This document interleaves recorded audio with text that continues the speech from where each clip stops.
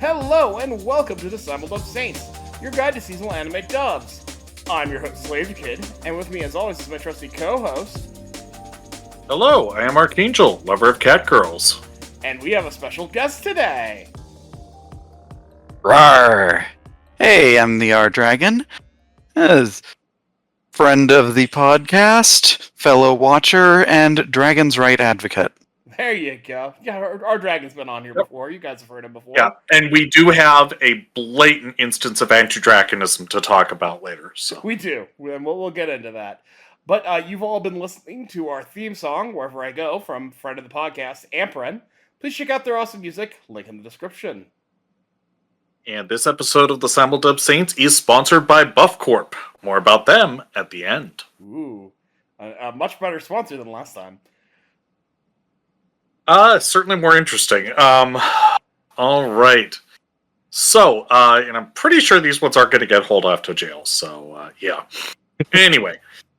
So, to start off with the news, I actually need to issue a correction. Ooh. So, this is just such a mood. So, I was not the last podcast, the podcast before. I did the sponsor, McGregor's Kilts, and talked about the thing that we all joke about at the Ren Fair, which is, the difference between, what's a kilt and versus a skirt, that sort of thing.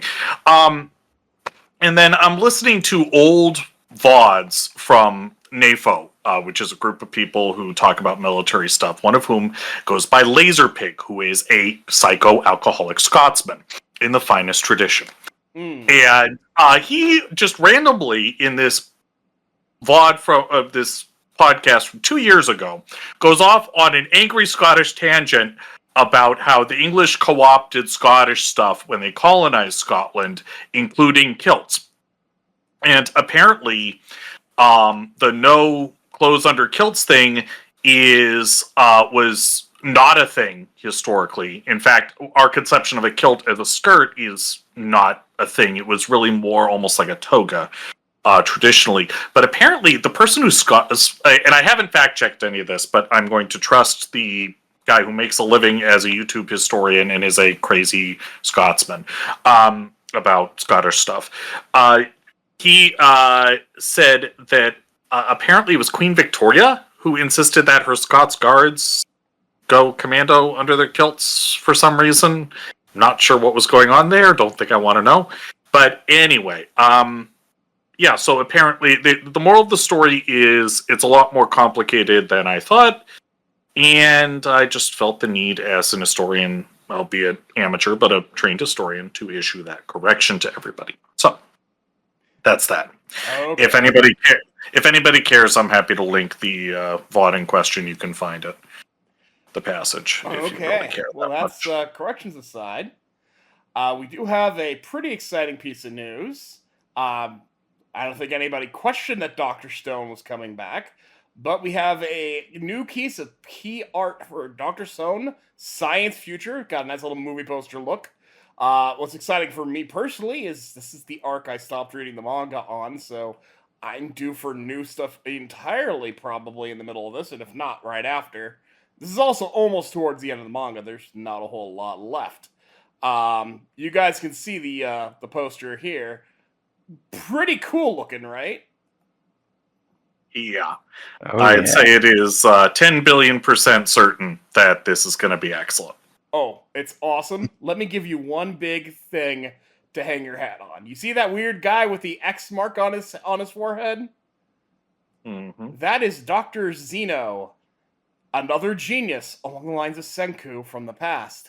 But unlike Senku, he's running an authoritarian regime. As you do. Imagine Tsukasa, but actually smart. Okay, well. Oh boy. I mean, Dr. Insano would be proud. Indeed. That's actually a fairly apt comparison. All I have to say about this is get excited. I see what you did there. But yeah, more Dr. Stone in January. The next season's already looking up. And that goes to our next piece of news. We have As of November 13th, which is in the past for us as we record this, a release of a new simulcast dub from Hidive, Insomniacs After School. And I swear we're being followed because the lead voice for the main character, Ganta, is voiced by our boy, Adam Gibbs. He's stalking us, I swear. Or vice versa. You know, we are the fans here. Indeed, it's true. But he is, But, of you know, course... my observation, because it's about two Insomniacs, is, you know, my observation is, you know, at this rate, when does Adam Gibbs sleep? I hope he's taking care of himself. That is a good Because question. he's so fucking prolific lately. I mean, I'm sure he is. It's Indeed. just a joke. And for those that may not know, if you maybe this is the first time you've heard us, or that's Natsume and Natsume's Book of Friends, and Fred in Level 1 Demon Lord and One Room Hero, among so many others. But Natsume, Natsume's Book of Friends. Go back a few episodes if you want to know about Natsume's Book of Friends. Insomniacs After School is an interesting as story about two Insomniacs, the other besides Ganta being Isaki, who is voiced by Jad Saxton, that's Carla in Fairy Tail, and Ramiris in That Time I Got Reincarnated as a Slime. And the dub is being directed by the voice of Helk himself, Andrew Love. I would credit more or tell you to go look it up, but that's literally all we have. They don't even have an official thing on their website. It's literally a Twitter post that announced this. I almost missed it. Okay, well, hopefully that whole thing is coming. They've literally only put out one episode, and it really was almost all the two of them talking. Yes. So. And I will say, I actually thoroughly enjoyed it. It's a good show. It's high school romance is what it looks like. I don't think it's going to set the world on fire, but it's a lot of fun. Agreed. Hidive's been giving us a lot more of the chill dubs lately. I mean, we've got Jellyfish, although I guess I wouldn't necessarily call Jellyfish chill at this particular point in time, and certainly not Oshinoko, but it's the more slow, dramatic stuff, which, you know, I'm glad that's there. Whereas, you know, Crunchyroll's big summer blockbusters, Hidive's giving us the more, you know, I don't know what to say. Like, they're just offbeat. The more offbeat stuff. Yeah. Breaking news! Post-recording Laser Kid here. Literally 30 minutes after we wrapped up recording this very episode, Viz has posted on Twitter, Bleach 1000 Year Blood War Part 3 English dub will begin this Saturday. That is November 23rd at 6:30 a.m. Pacific Standard Time. This is pretty exciting. Of course, this will be on Hulu, not on Crunchyroll or Hidive. That said, it's Bleach, and Bleach is a lot of fun. It's one of my favorites, and although I probably won't be able to bring in Arc if we talk about it, I may talk about it with some guests at some point. So, if you're like me and excited with the 1000 Year Blood War, the dub continues. We recently finished their run of Level 1 Demon Lord and One Room Hero. We talked about it last week. They also just finished what we're going to talk about today. It's all about Hidive. And I believe that's a good segue to go into our topic for today, which, as mentioned, is I Parry Everything. Oh my gosh, this show. This may be the show of last season. It's not the show of this season. That at this point is probably Don to Don. But oh my gosh, this show. Whoo-wee. We've mentioned a couple times there's been awards given out for the show. We gave out for our awards for last season, and we talked about it. But to reiterate, our main character is a wonderfully simple man by the name of Nor, who has not one, not two, but three voice actors. The normal voice actor being Sean Patrick Judge, who is Golem in Ragnar Crimson, and Peacemaker in Suicide Squad Isekai. The lovely Brittany Karbowski is the voice of Child Nor, which of course is Rimuru Tempest in That Time I Got Reincarnated as a Slime, and interestingly enough, Kafufu in Shy. And for young man Nor, we have Nathan Wilson, who is Otozora in Ragnar Crimson, and making me smile, Atara Motoboshi in Urusei Yatsura, the 2022 remake. A lot of different voices. They do a really good job of making it all sound like the same person. I'm actually really impressed with that. I didn't even realize there was a young man Nor voice until I went into the credits and like, oh, I obviously knew about the kid. That was obvious. But Nor grew up on a farm with his parents. His dad died when he was young, but before then was teaching him stories of heroism and heroes defeating dragons and whatnot. And he wanted to be an adventurer to be like that. And he starts on that journey when his mom dies of an illness. And he heads off to the guild. Meets the character who we don't really have a name for other than Guildmaster, voiced by Rob Mungle, who hilariously is Pedro in Excel Saga, his sexy, sexy wife. And Demikos in Log Horizon. Sorry, being able to actually mention Excel Saga in this show made me just smile way too much. Okay. It's a very old school show from when I was getting into anime. Yeah, you showed me a few episodes, and it was determined that I lacked the experience with anime to understand what the fuck it was going on about. Okay, I don't want you to mischaracterize me in Excel Saga, because even I can't handle more than like 2 episodes of Excel Saga. That show is Right, but I literally just didn't understand what was going on, is what I mean, because I didn't have the grounding at that time. I'm still not sure I do. Nobody has the grounding for Excel Saga. Excel Saga, it has one joke that it repeats over and over and over and over, and it's absolutely hilarious for an episode or two. And it doesn't matter what 2 episodes you watch. Any 2 episodes, it's going to be hilarious for 2 episodes, and then it's going to fall on your face. Okay. It's a classic, but yeah. But anyway, the Guildmaster is in charge of getting people into adventuring, and Nor wants to join, but he doesn't have any skills. And Guildmaster says you need 2 skills to become an adventurer. So Nor goes and trains with the warrior teacher, Sig, voiced by Jack Stansbury, who is Aqua in Oshino Co, and Shutaro Mendo, the rich kid in Urusei Yatsura. God, I'm so happy I get to mention Urusei Yatsura. I wish we'd started this podcast sooner. We could have talked about Urusei Yatsura. Oh, well. And Sig teaches him for a couple years, but he only really learns to parry and can't really pick up anything else. And parry is not considered a useful enough skill, so it doesn't even count as one of the 2 skills he needs to go adventuring, which, yikes. So then he goes off... It's a side skill. Yeah, it's a side skill. Exactly.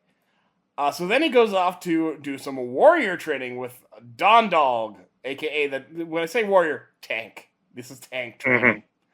And Dandog is voiced by John Gramillion, Raphaid in Helk, oh god, and Gentle Criminal in My Hero Academia, which, oh man.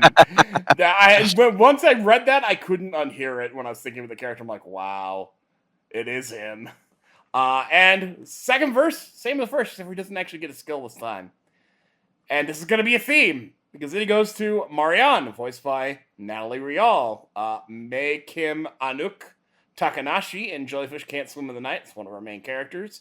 And speaking of main characters, Kana Arima in Oshino Ko.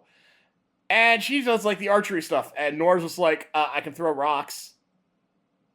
She starts him off with that. Turns out he's really fucking good at it, like Hobbit good at it. Terrifyingly so. But he can't use bows because he's too damn strong. Any bow he picks up just breaks. Including her legendary tier 1, which I don't want to get into too much of that here, because all of that, what you just got into, is a revelation at the very end. As far as we know at the beginning, we saw him at the beginning with the pile of broken bows. Yes, but we didn't know about the rocks. Okay, fair enough. But we'll get into that. But she's like, okay, no, you didn't learn anything, get out of here. And then he goes to the Magic Academy, where he meets the Oaken, voiced by John Swayze, which is Hone in Helk, the attendant to the Demon Lords who keeps getting blown up because he just can't stop from making cracks, and All for One in My Hero Academia. Oaken, he teaches him Little Flame, so he got the spell. Also a side spell, not really helpful, but he's got Little Flame, but that doesn't really help him. Moves on to the thief, Karu, voiced by Adam Noble, who is Zeman in Level 1 Demon Lord and One Room Hero, and Kroll in Reincarnated as a Sword. There's another one I wish we would have been around to talk about back in the day. Again, this time doesn't really learn anything. And last but not least is Sane, who is the priest, or healer, not sure they make that distinction, who's voiced by... It's definitely a religious organization, but yeah, their main, adventure-wise, their main role is that they heal people. Indeed. He is voiced by Blake Wire? Wire, or... Wire. I'm terrible. Any voice actor that ever picks up on us, I am sorry. In English, you would say wire. If it's German, like I think it would be Wire. Okay, so I have absolutely no idea. So we'll one of those. I'm sorry, sir. I actually really appreciate your voice of saying in here, but I'm terrible at names. But he is Abiko's editor in Oshino Co. A poor suffering man. And Marco Granger in Eminence in Shadow. Yeah. Manages to get low heal out of that one. But again, for some reason, that one doesn't count. I think that one should. Because it's only really good for bumps and bruises is the thing. It's not really good for an emergency situation is the thing. That's true.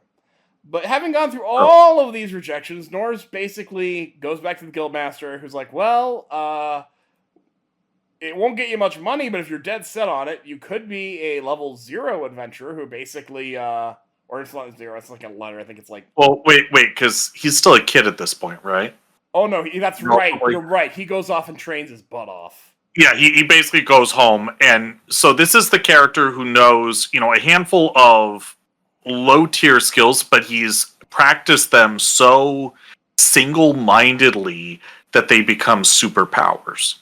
This man hard trains himself by himself where his folks were, which in middle of nowhere farm. And it's actually like they don't actually say this, but from subtle context clues, I get the feeling that the woods and around there are actually like N tier in terms of how dangerous things are. Remember, if I might be confusing this with something else, but I think there's actually like a magic barrier around the farmstead, so that they just don't get overrun. I could be confusing this with some other show. I don't know if it's that dangerous, but I do recall there being a magical barrier and Mom telling him not to go out of it. Dipping into later, someone asks, what were you using the stones for? One, it's like, to bring down these birds with, really pretty feathers. And someone's like, isn't that like some sort of high-level creature that's impossible to hit? That's true. That does happen. So, I don't know. Anyway. I mean, it's possible. I'm not going to say no. I don't remember that being specifically spelled out. But it could be. It's not like there's dragons running around or anything, but... Indeed. But yeah, no. Years pass. He hard trains himself. He's into a huge guy. Goes back to the Guildmaster, who doesn't initially recognize him. Still doesn't have any skills. But the Guildmaster's like, well, if you're dead set on being an adventurer, you're going to earn less money than you would just doing it on your own. But there is, I think it was the E rank adventurer. E or F or something like that. Basically, yeah. It was a tier that was for basically just jobs around town, and it's fallen out of use because none of the actual adventurers bother with it. Well, and it's kind of like the Helpers Guild. The whole point of it was to help people find jobs back in the day. Right, and it's not really needed anymore, but he's like, I'm sure we could scrape something up for you. There's always people who need help around town. Right, but he also was trying to dissuade Nor because the guild will take a percentage, whereas if he worked on his own, they wouldn't.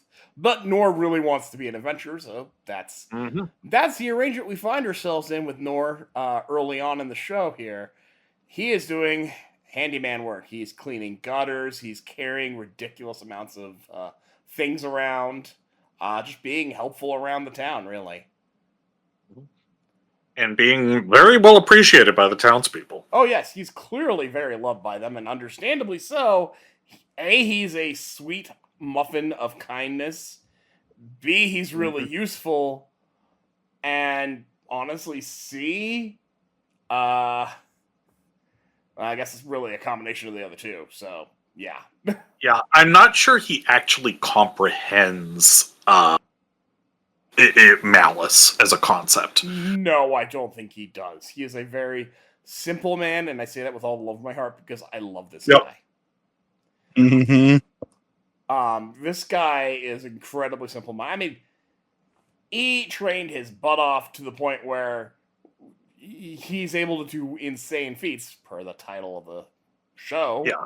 So, like, yeah, he can carry, 1,000 swords at once. He hung up, he whittled these swords, hung them up, and would practice parrying, get them moving and practice parrying them as they swung at him. And he got to where he could do, 3 or 4 figures worth at once. This man has insane supernatural strength, except for it's not supernatural.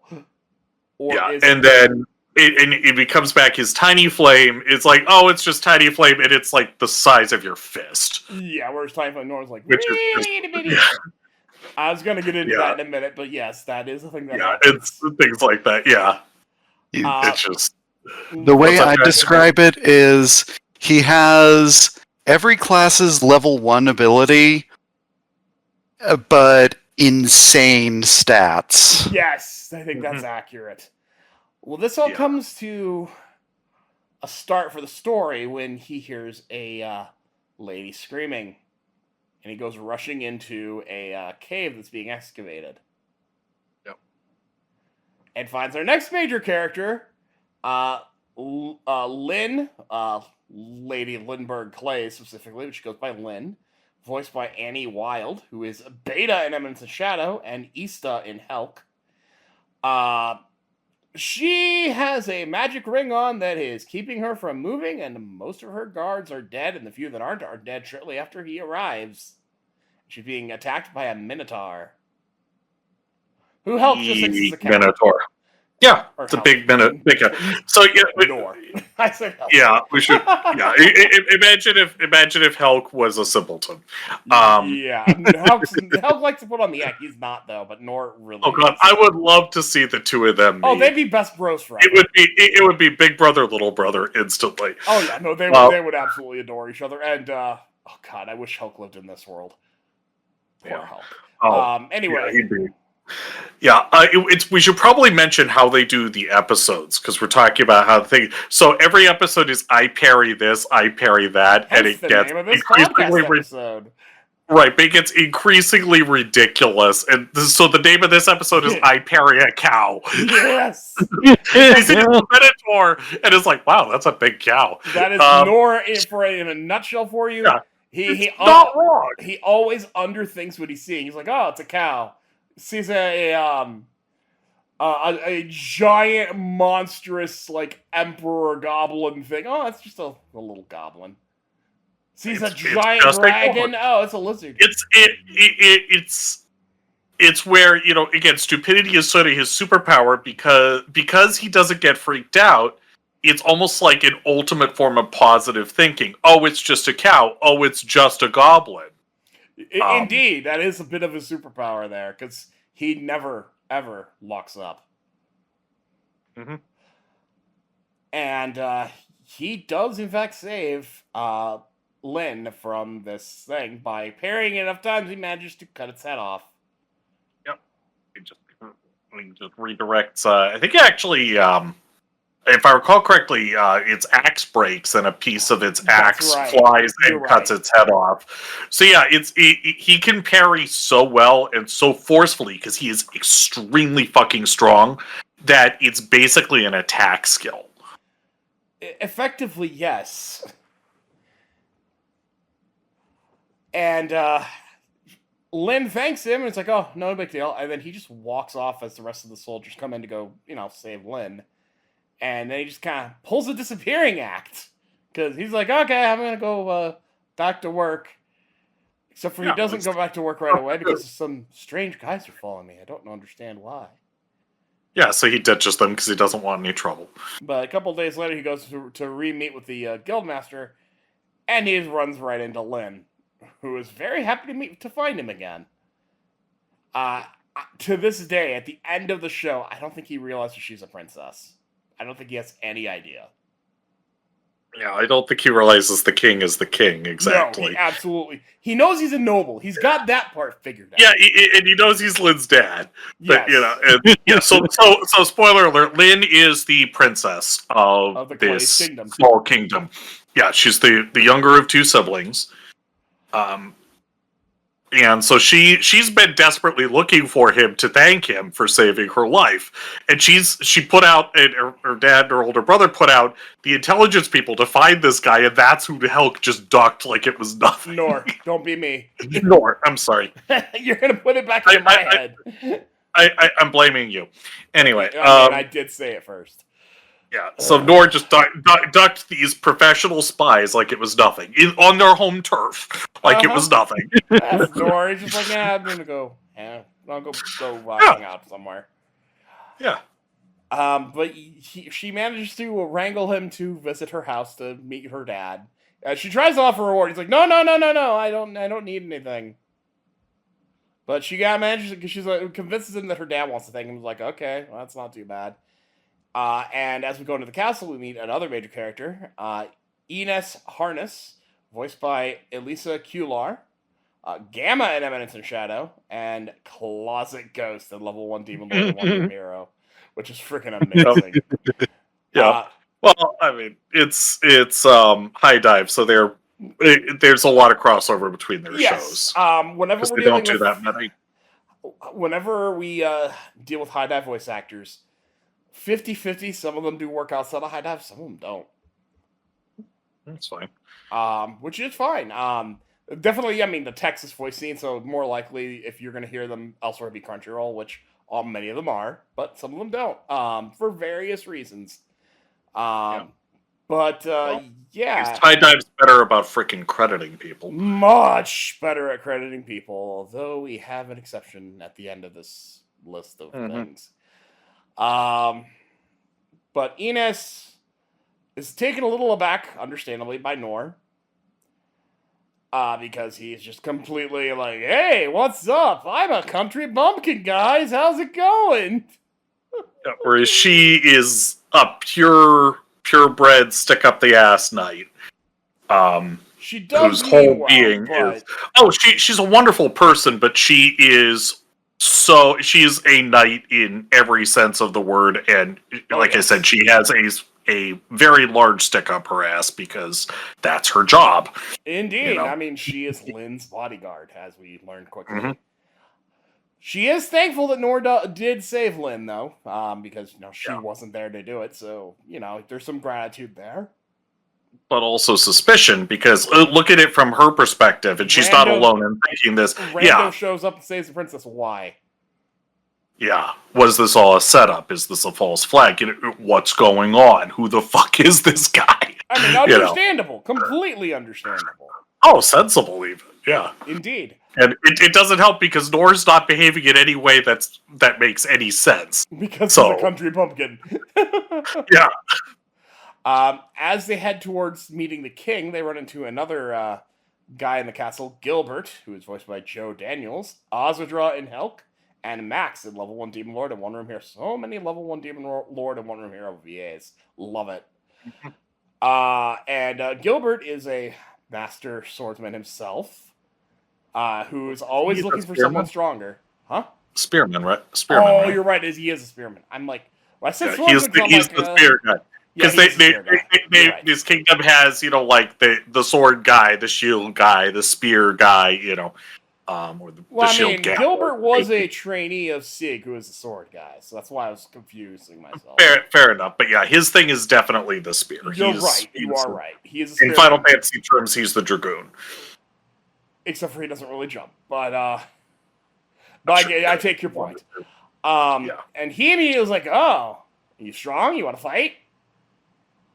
I'm like, and Nor's like, no. And we quickly go to meet King Clays, voiced by Louis Galindo, who is Toshiro Kendaichi, the play director in Oshino Co, and Iwao Hazuki in Shenmue the Animation. There's another one I wish I could have been mentioning here, although if you want to hear my thoughts on Shenmue the Animation, check out the Toonami Faithful podcast. Plug. Mhm. I actually wrote like weekly reviews on the Shenmue the Animation for that website. So seriously, if you want my thoughts, every single episode is documented. Well, actually, it's funny you mention that because I am informed that both not only LK but myself are going to be on the next episode of Indeed. that. So. We're going to be talking about Invincible Fight Girl and Blue Exorcist episodes 1 through 3. I have no idea which one of these podcasts is going to come out first. Probably would have been us if we'd recorded yesterday, but we didn't. So this one may or may not be late. We'll see about that. It is late. It's my fault. I was feeling sick yesterday. I'm also a slow editor. But King Clays is very thankful to Nor. Nor handles things very casually. It's like, I know that you're some sort of noble. I figured that much out, but I have no idea how to act around nobles. And King Clays actually finds this refreshing. It's like, well, that's actually good. And I actually see why. Because if you were going to be the... I understand why Enos was concerned and had every right to be, but I also understand why King Clays is like, look, this is a country bumpkin. This guy doesn't have anything going on. Yeah. I think he's much more confident in his ability to judge character. Well, I mean, he's a king. He's got to do so many diplomatic meetings, including ones with King Jerkass, also known as King Doritus III, voiced by Jay Hickman. Joichiro Yukihira in Food Wars, that is main character's dad. And Grimm's in Level 1 Demon Lord 1 Room Hero. Man, he likes to voice assholes, although Joichiro's not an asshole, but Grimm sure is. Yeah. Well, I mean, he's good at it. He is good at it. But apparently they had a recent peace talks with King Doritus III, who really wants their mine because they have all these... peace talks. It's kind of like having a peace talks with Vladimir Putin. Give me your shit. You're not wrong. No, okay, I'm going to invade you. Pretty That's much. Basically how it... That is literally how it goes. You're not wrong at all. That's exactly how it went. But the thing in question is they have the world's... first or most important dungeon, I can't remember which one it is. It's the largest and most lucrative one. Yes. Yeah. And Darius wants it, and they're like, no. But yeah, King Clays, I feel like his negotiations with that guy and whoever else he's ever had to talk to, which probably also includes the Holy Theocracy, who we don't actually see, but we hear about. Yeah. I'm pretty sure if there's a season 2, there absolutely going to be season 2, for reasons we'll get into later in this episode. Yeah. But he seems to tell that Nor is pretty chill, and Nor still doesn't want a gift, but the king manages to convince him to take the sword that's behind his throne, which is some sort of treasure from said dungeon, but it's so heavy and so unwieldy that it can't really be used. But Nor, being the strong man that he is, he one-hands it. Yeah, and he's like, this is interesting. And it's this giant claymore-looking thing. It's all black. No one's sure what it's made of. It's indestructible, and yet it is all dented to hell. Yes, which begs the question of what did that to it. Yeah, you don't usually get this impressed with prop design in anime, but whoever designed this, you did such a good job. Oh, it says so much when you see it. You don't need I will actually probably put a picture of it on screen for this part of the discussion because people need to see it. I don't think we can do this justice by just describing it. It looks unearthly. It looks unearthly. It looks half destroyed, and yet this thing, they can't touch it. And they try. Yeah, which of course begs the question of what did this to it? Yes. Because it wasn't made that way. That much is clear. Indeed.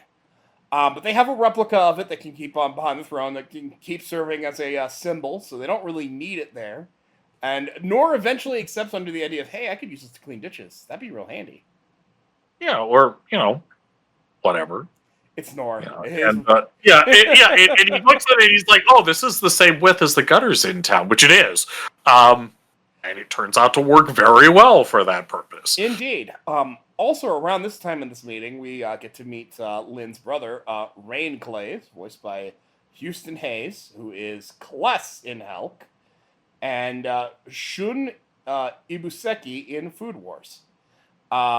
Rain is all very impressed by Hulk's one-handed nature of the sword, but he also... did I say Hulk? Yep. I blame the fact that it says that this is Kluss's voice actor. Fair enough. Fair enough. Yes, he's very impressed by Nor. God, this is going to be the whole podcast, isn't it? Yep, we're highly trained professionals here, folks. Absolutely. Yeah, Rain has concerns because that ring that she had was clearly designed to summon that thing, and wouldn't you know it, it comes from where King Darius is from. Which I can't remember if it's like called an empire or something, but it's the other kingdom. Empire, yeah. I always thought he would styled himself an emperor, but it has that feel. Which, that whole area has a feel of Vector from Final Fantasy VI. Yeah, or I mean, when we eventually see his capital city, it's literally Midgar from Final Fantasy VII. Someone just we literally ripped just off went from inside one of Final Midgar. Fantasy to the other. I felt like it was Vector from 6, but I could see Midgar from 7. When you see their army, it's very much Vector. When you see their city, it's Midgar. To me, they were both Vector, but I mean, potato, same kind of idea. Yeah, I don't know. I mean, so folks, if you watch the show, when you see the bad guy city, tell me someone didn't just sit down with a pan shot of Midgar and make some legally distinct things, and it works. It's fantastic. But, indeed. I mean, regardless of what you think it looks like, it is very impressive, and it looks imposing as a heck. We'll get to that in a minute, though. It's not a criticism. When I say they ripped it off, that is not a criticism. No, I didn't take it as such. But we're kind of veering here. But that's a concern. Yeah, but, the point is they are very heavily armed with fantasy tech. Yes. So there's concern there. It's like, oh great, we're gonna have to deal with that. But Nor is excused, as it were, which makes him very happy. Except for Gilbert wants to fight. Mm-hmm. And so fight they do. And Gilbert impresses the crap out of Gilbert. Nor basically says, oh, you win. But it's clear to Gilbert that he didn't win.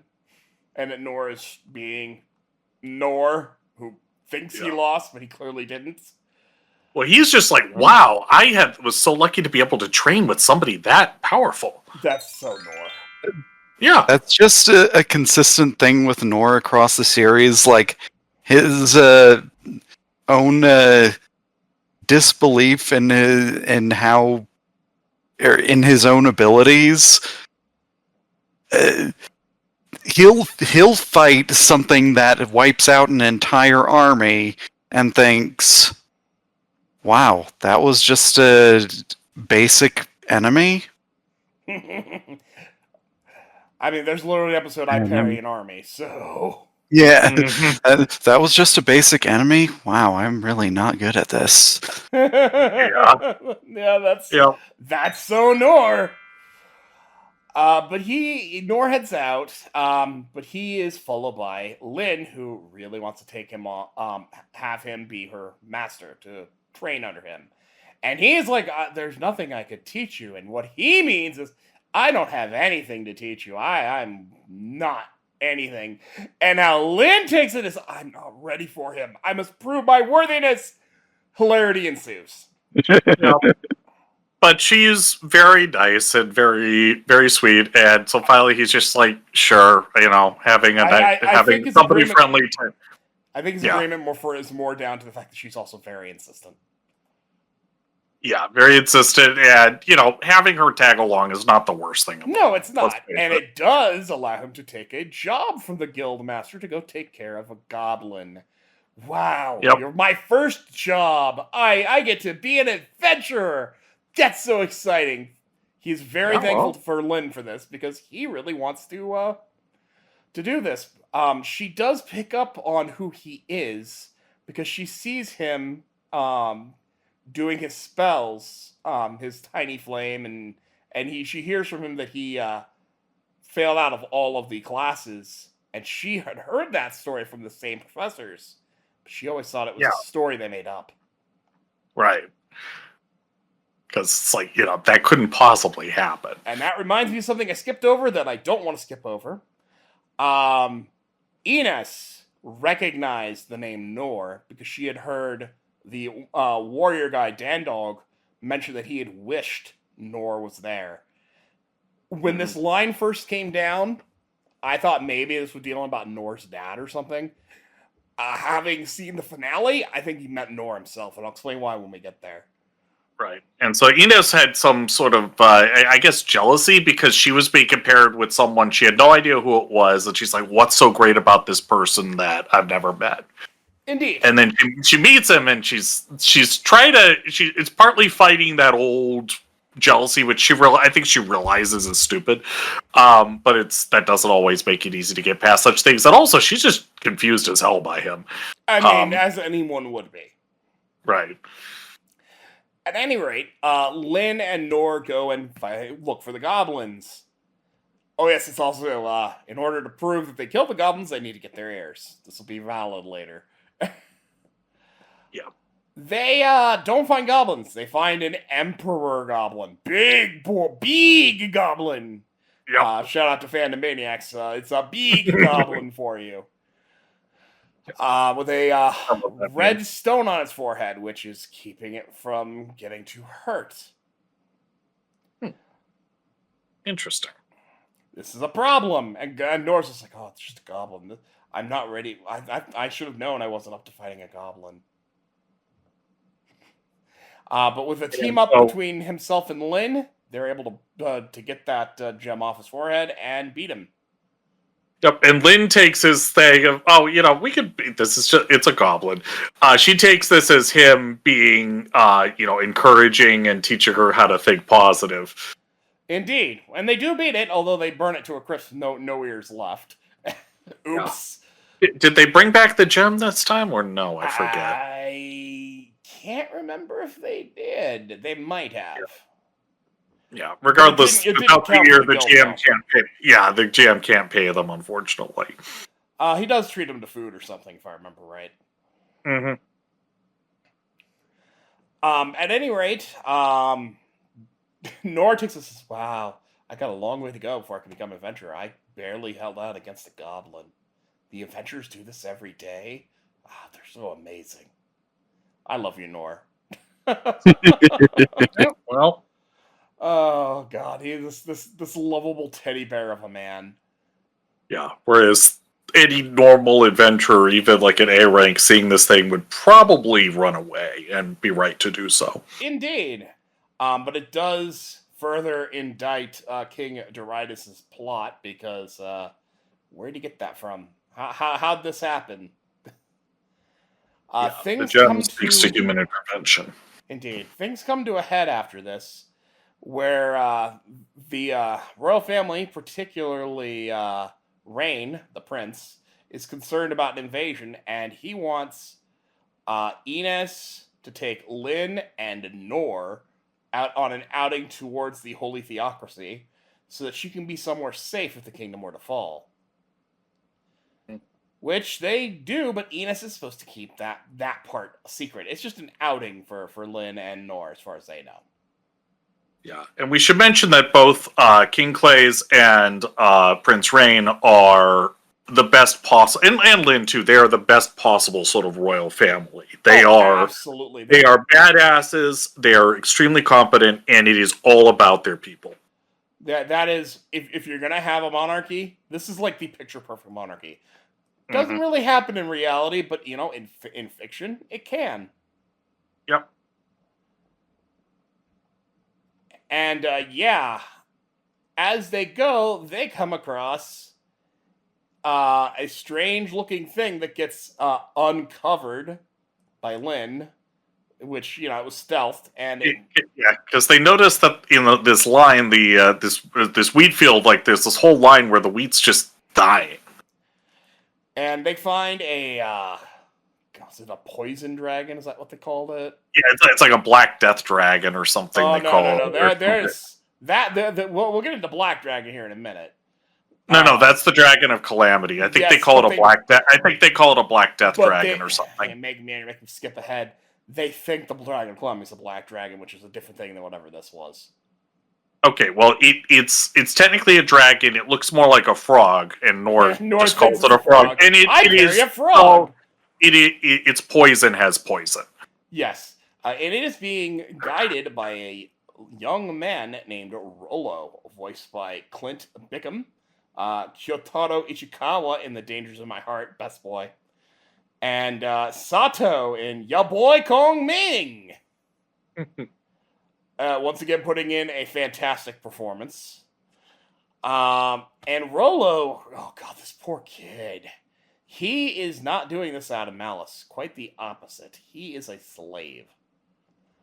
And he thinks that he is earning better treatment for his people who are being abused if he does a good job. He doesn't want to hurt anybody, but he feels like he has no other choice here.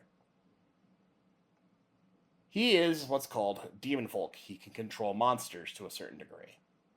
Mm-hmm. Well, Nor, being Nor, runs in to go save him from the beast. Yeah. Whereas Ines wants to stand back and protect Lin, understandable. In fact, I'd argue was the correct choice. Mm-hmm. Even though Lin wants to go out there, Ines does not allow her to. And Nor takes on an insane amount of poison that should have killed him. But it turns out he belongs in the apothecary diaries because he has a tolerance to iocane powder. I spent the last few years building up an immunity to iocane powder. Yeah, he basically just has a taste for poisonous shit. He's too dumb to tell what's poison and what's not. No, he actually does know. Remember, he accidentally... right. He accidentally poisoned himself as a boy, we find out. And, and that was accident the first time. And he loved the way poison shit tastes, and so he kept eating poison shit and kept getting over it, and he developed a tolerance for it. Yeah. So here's another boyfriend for Xiao Mao. Yep, good old Mao Mao likes her poison. Well, Mao Mao and Nor, best couple forever. Yeah. Well, so someone needs to draw a fan art of the two of them sitting at a table and enjoying their food while their respective friends just like, are watching on and just the conclusion that Nor comes to is not that this is an attack, that Rolo is delivering this thing to another gourmet. I'm sorry, did I screw up your food delivery? Yep. We'll pay for it, don't worry. Leave it to Nor to see an attacking invader as DoorDash. Yep. But Nor does manage to beat this thing. I can't remember, but I get the... I don't remember if he says this, but it's something along the lines of, is anybody else going to eat that? Yeah. But... No sense letting it go to waste. But before anything else can really happen, although we do learn from Ines and Lin that Rolo is demon folk, and they're apprehensive, but, Nor is not, and Lin recognizes, goes, oh, I'm being too shallow. But before they can go anywhere, they're attacked by a man named Zadu, voiced by Scott Gibbs, Dr. Moreau in the case study of Vanitas, and Sora in No Game, No Life. Zadu is there to ensure the job gets done, and if not, he's going to kill them, and I think he was going to kill them anyway, also, if I remember correctly. Yeah, I think Rolo was dead either way. I think that was what this guy is so bad that he was put on. So he's an adventurer that will literally take any job, period. Mm-hmm. Just pay him. Initially, there was a bounty on his head because he did a lot of criminal shit.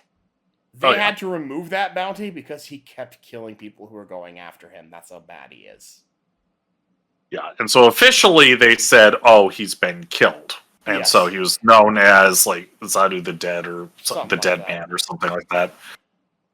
This guy is crazy. Yes. Scott Gibbs definitely does a good job playing a crazy man, I gotta say. Oh, yeah. Trax, Dr. Moreau and Case Study Vanitas. I know you didn't get that far arc, but Dragon, you did. No, but I've read the Isle of Dr. Moreau, so not the same character. Okay. But if it was named after him, I can imagine it was somewhere. He's a mad scientist. Yes. Anyway, Nor fights Zadu. And I think Zadu's one he apologizes for. Oh, was this your dinner? I'm sorry. And he keeps up with this crazy, dangerous assassin that keeps killing people. Yep. And starts breaking his knife collection. To the which point where Zadu's like, this is just not worth it. I'm out. Yeah. And what's funny is whenever one of his knives breaks, he's like, oh man, I got that at thus and such. And Dora's like, I'm so sorry. And he's like, stop apologizing, you fucking weirdo. Yes. I love that so much. Once again, that's so Nor. Yes. Oh my god. But they do realize from this and from talking to Rolo, the capital is going to be under attack. Having driven Zadu off and coaxing out what the purpose was from Ines, Lin and Nor want to head back and go help out. And so they do. Meanwhile, the capital is under attack from what initially appears to be a black dragon, but no, Prince Rain recognizes that this isn't a black dragon. This is a dragon of calamity. And, guys, this is the one voice we don't have. Dang it, Hidive! Credit your voice actors, although you mostly did, so I can't be too mad. But seriously, this voice actress is amazing, and I want to know who she is. And I can't airball her. And even if I could, I might be wrong. Yeah, well, because there's a voice changer on her. Well, of course the dragon doesn't get the voice credit. Sheesh. Yeah. Yeah, dragon rights here. That is what we run in our dragon. Dragon, tell us about dragon rights here. Dragons should absolutely get voice credits. Just because we are scary monsters doesn't mean we don't deserve to have our names credited. Even if there's, like, a filter over it. Down with discrimination against dragon voice actors! Rah, rah, rah! But yeah, Dragon, go ahead and tell us where this goes. So, this dragon, she comes into the city and she starts destroying it. As dragons tend to do sometimes. Indeed. Especially if there's things shining in there. So Nor comes up with this plan, and they basically send him flying up into the air, where he parries the Dragon of Calamity right into the ground. Yes, right in front of the king, who's about ready to, who is staying as a diversion to make sure everyone, citizens and all, got out, expecting to die, and then faster speeding bullet comes flying Nor.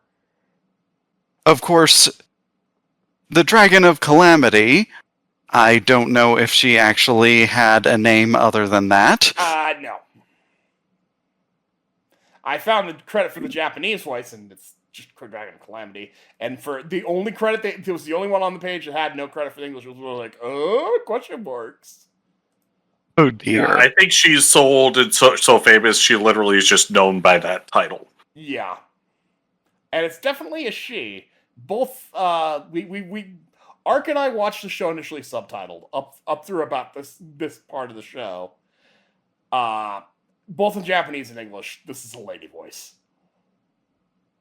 Mm-hmm. So, yeah, after she gets knocked into the ground, she is so overwhelmed by being beaten by anyone that she ends up basically submitting herself to Nor, like... There's a little bit between there where he keeps parrying her, but eventually she comes to realize, yeah, I am the Alpha! I am the one destroyed! Wait, but I'm losing. That means I'm not the Alpha Destroyer? That means he's the Alpha Destroyer? Yes, boss! Yep. So, she just gets down, and we've got this lovely image here where you just see her staring head on the ground right at Nor. And And he initially wonders if he should kill it to be a hero, because that's what the stories say. Like, they killed the dragon and then used the parts of the dragon to cure many illnesses and, make the kingdom great. And he is right here where he could do that. But it's Nor. He can't do that. And he hears about what's going on through Rollo, who can talk to it. He thinks Rollo is making it do this because it's Nor. Rollo keeps trying to tell him, no, it's submitting to you. He thinks Rollo's tamed her. Even though he's the one that did it. And Rollo keeps telling him that, but he's not. That's so Nor. He doesn't think he's him. Yeah, well, now that she's calm, Rollo, I think, does manage to make friends with her, or at least to establish a dialogue. But he's certainly not, he is not in control of her. But because Nor asks it, and Rollo, convenes what is being asked, asks it to leave, and so it does. And then she immediately gets hit by a frickin' laser. Yes, because King Darius III and his literal entire army being teleported in is invading. They thought they'd be coming into an empty place where, the dragon destroyed everything, and like, we're the saviors here to save you because your kingdom was incompetent and couldn't save you. But we will! Oh, wait, your kingdom's not destroyed?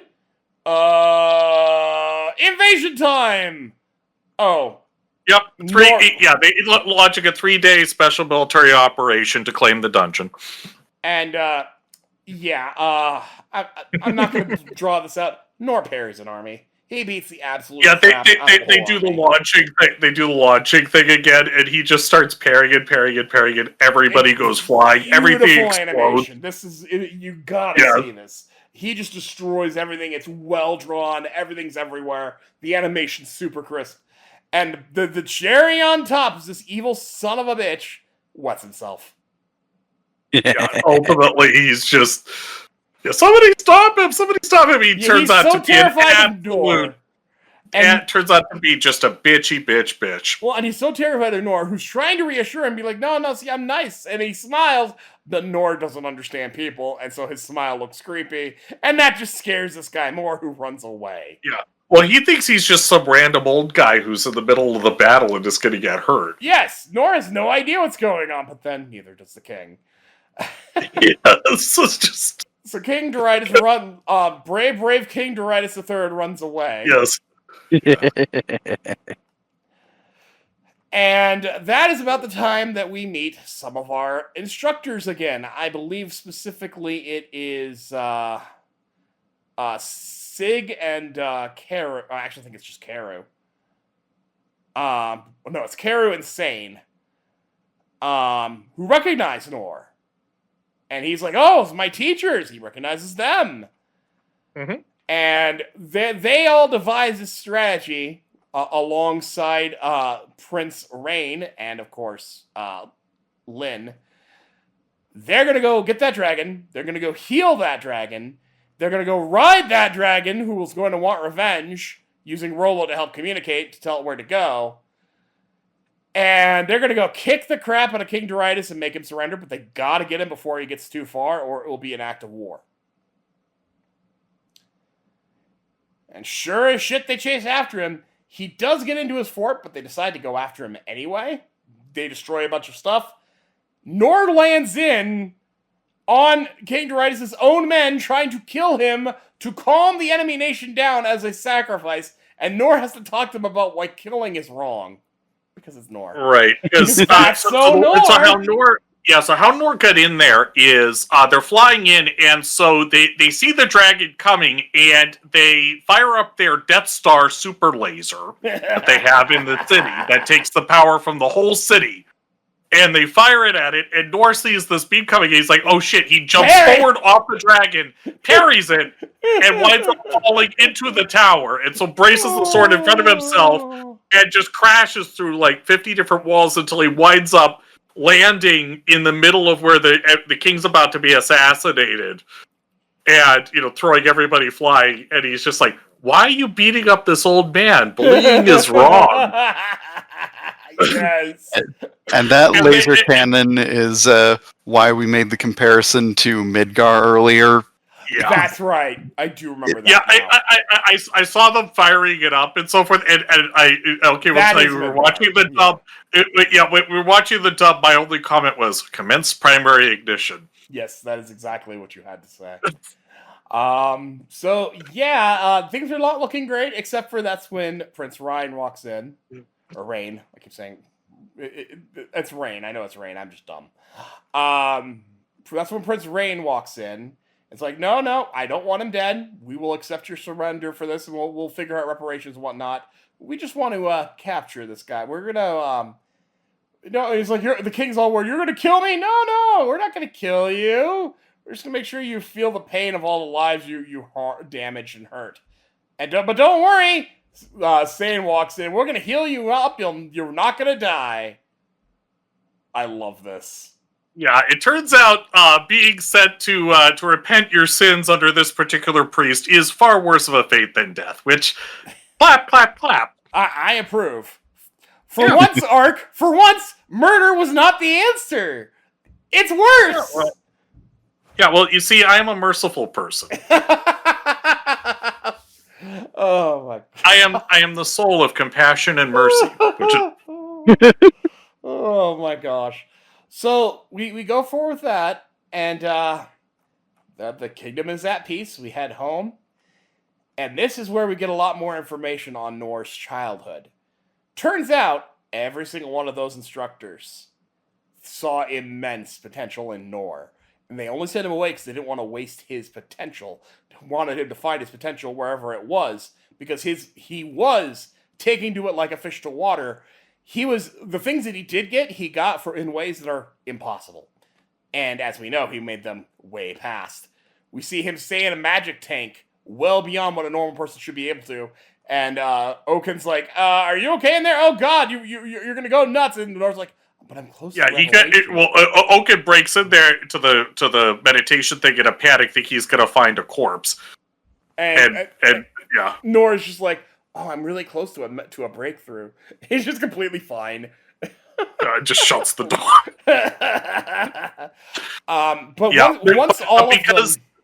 But because communication is hard, they don't actually say that to Nor at all. No, so, it's all internal.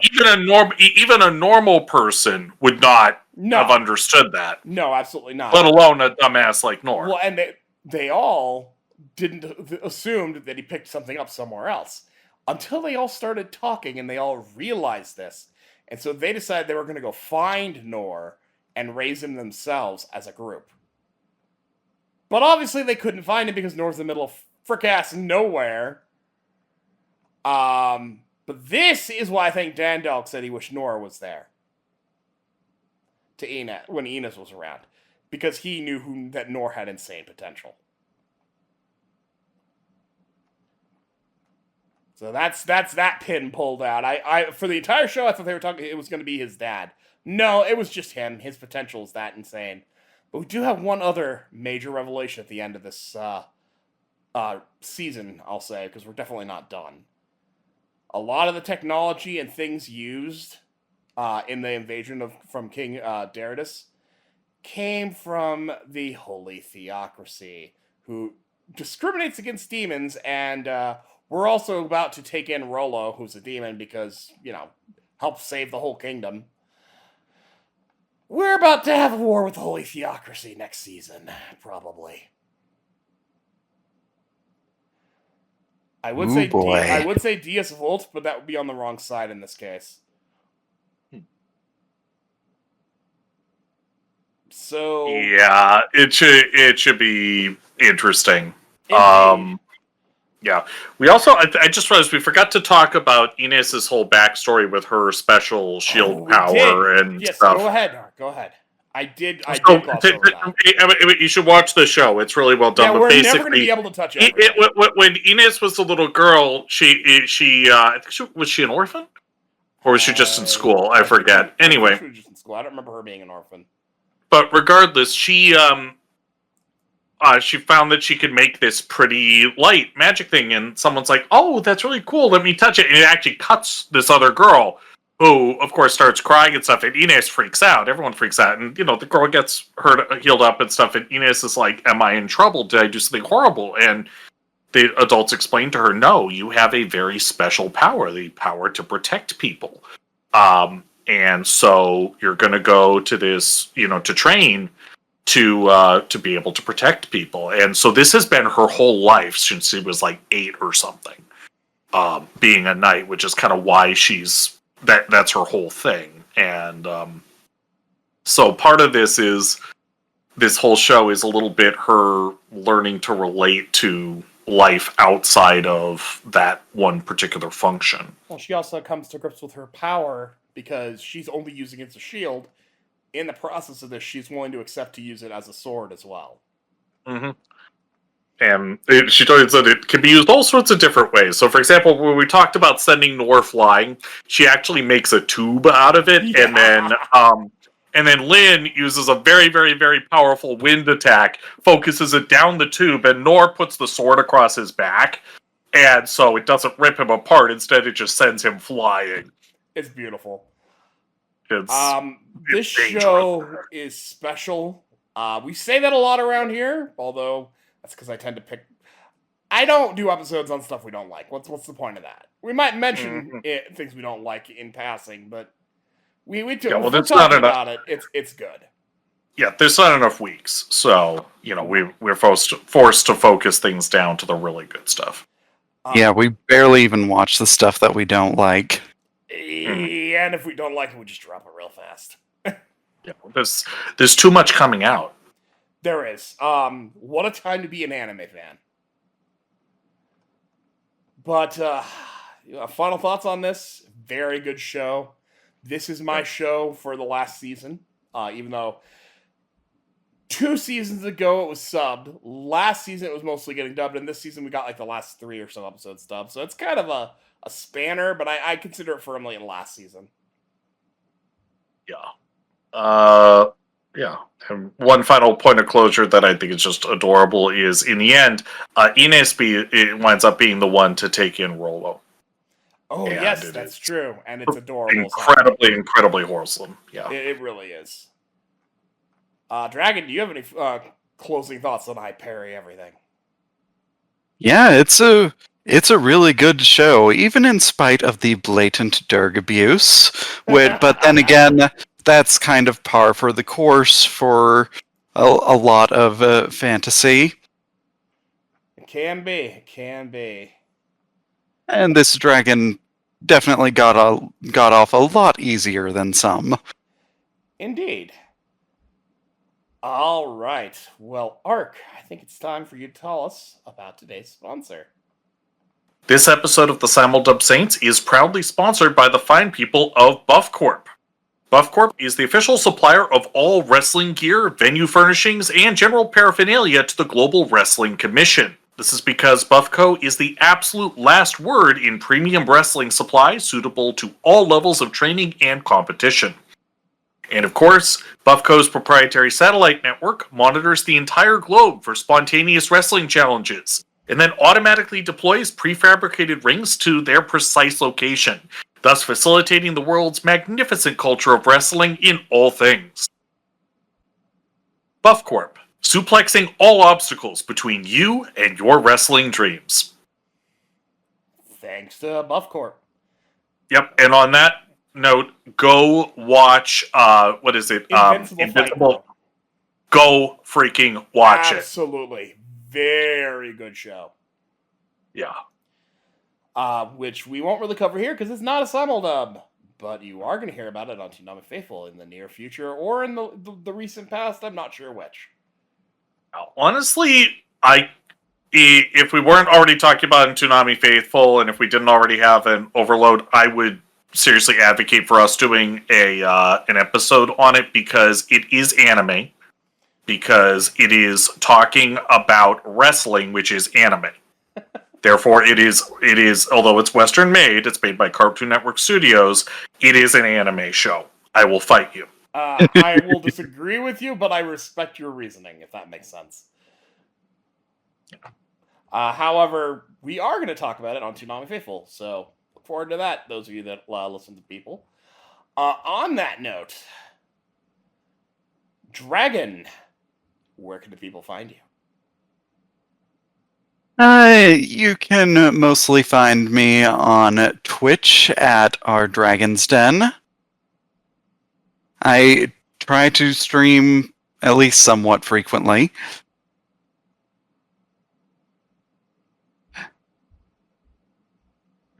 And so, if you like dragons and or JRPGs, highly, highly recommend. Absolutely. Yes. And Ark, outside of Oscar Grouch's Trash Can, where can the people find you?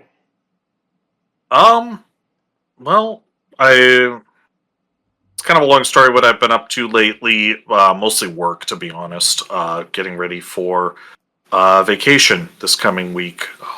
Going actually out to see LK and Dragon and everybody in Utah. But if you want to contact me, either comment on this episode or contact the Simuldub Saints on the various things LK is about to talk to you about. Indeed. As for myself, well, as a aside, you can find me just outside of Aliahan in Dragon Quest III, because Dragon Quest III HD 2D Remake is amazing. I think I'll steal your thing there, Ark. But you can find me on Twitter at LaserKidPrime. You can find me on Blue Sky at LaserKid. And you can find me over on Tsunami Faithful, both the podcast and on the website where I do my editorial writing. As for the Simuldub Saints, you can find us over on Twitter at Simuldub Saints, over on Blue Sky at Simuldub Saints, and we even have a Facebook group, which is linked here on YouTube and on Spotify Podcasts. If you're listening to the audio podcast somewhere other than Spotify Podcasts, check out one of those other two sites, and if you're interested in the Facebook group, and go through there. I tend to keep up with what's going on with the podcast, primarily Twitter and Blue Sky, but occasionally on Facebook as well. If we're running late, I will usually make a mention there. I will also tend to drop the episode title and or thumbnail early just to whet the appetite. So I do communicate through there. Yeah, that's where you can find all the things. So, I guess that's it for this week's episode of Simuldub Saints. So until next time, catch you later.